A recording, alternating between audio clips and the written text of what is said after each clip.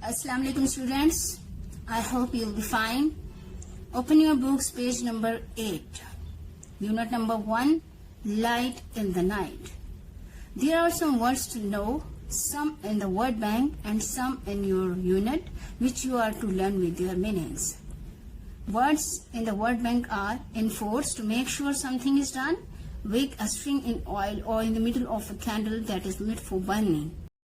So first of all, we learn the main theme of the story. This story is a description of a journey of London from darkness to light. Light in the Night highlights the history of street lights by the author Claire Horsburgh.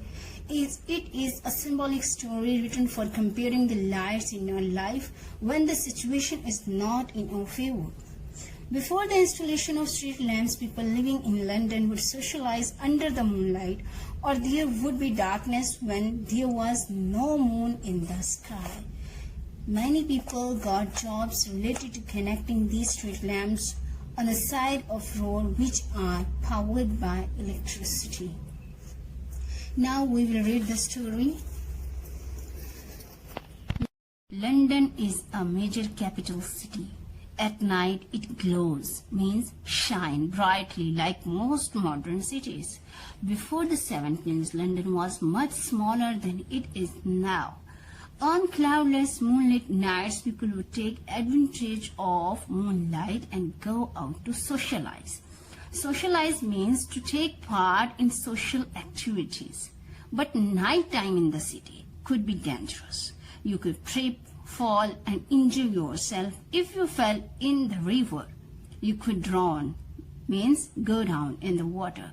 You could be attacked or robbed. Robbed means take something away by force, by criminals who roamed. Roamed means move about aimlessly in the streets. You could easily get lost.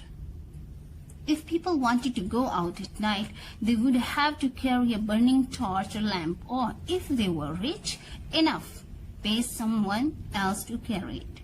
There were many link boys who would, for a small fee, hold a burning torch or lamp ahead of people so that they could see the way through the dark streets. Some of these link boys were dishonest and would rob the people who had engaged them, and then run off and leave them in the dark.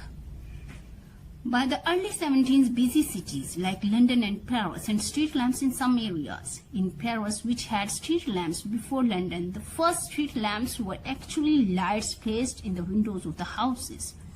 Police enforced a law that said every house had to have a lamp burning in the window all night long. If the lamp went out, people would have to get up to relight it or face being fined. Some people started to offer their services as lamplighters in return for payment. Lamplighters would put up a lamp outside the house and make sure it was lit. The street lamps reassured people and made them feel safer. The authorities, means might or powers or government, realized the benefits they brought and took over the installation and maintenance of them. All over Europe, the use of lamp posts grew.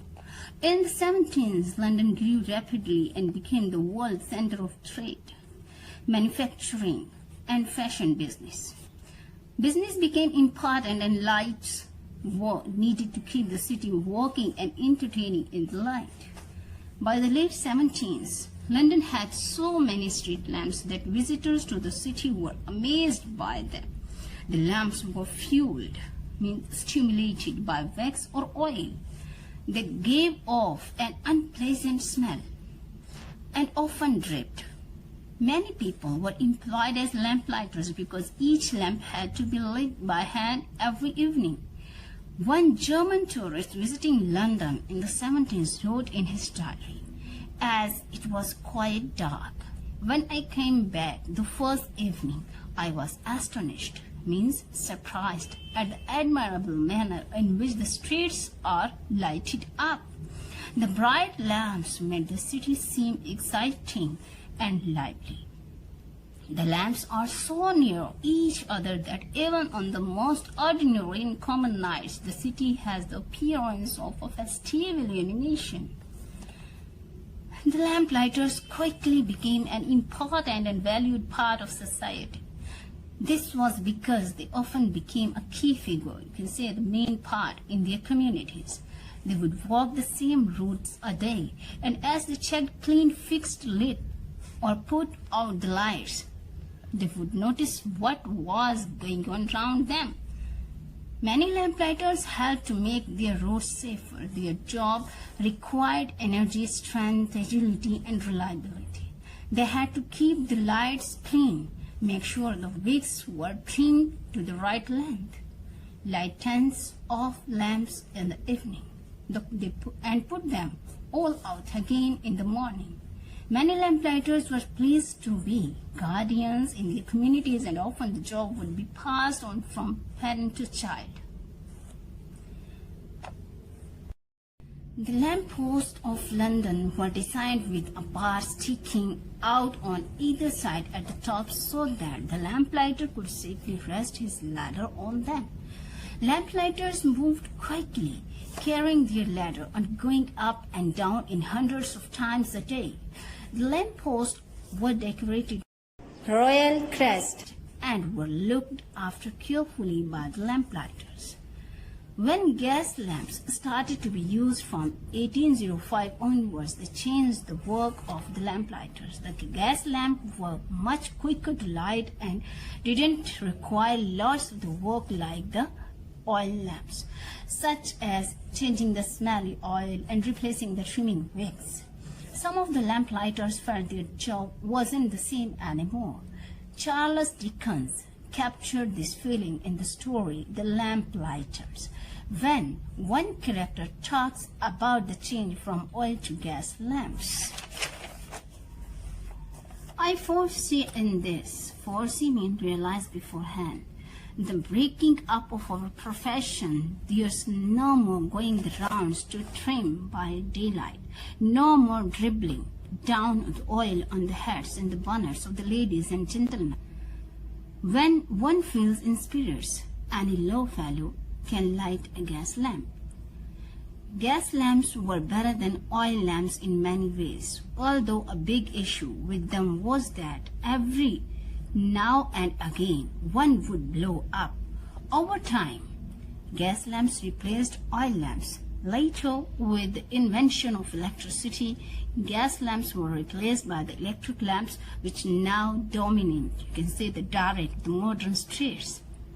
Today, there are still 1,500 gas lamps in London. 5 people are employed to operate them. They light them every evening and put them out every morning. These lights are carefully looked after because they are part of the city's history. Kensington Palace Gardens is the name of a long avenue in London. It is lined with grand old buildings and is lit entirely by gas lamps.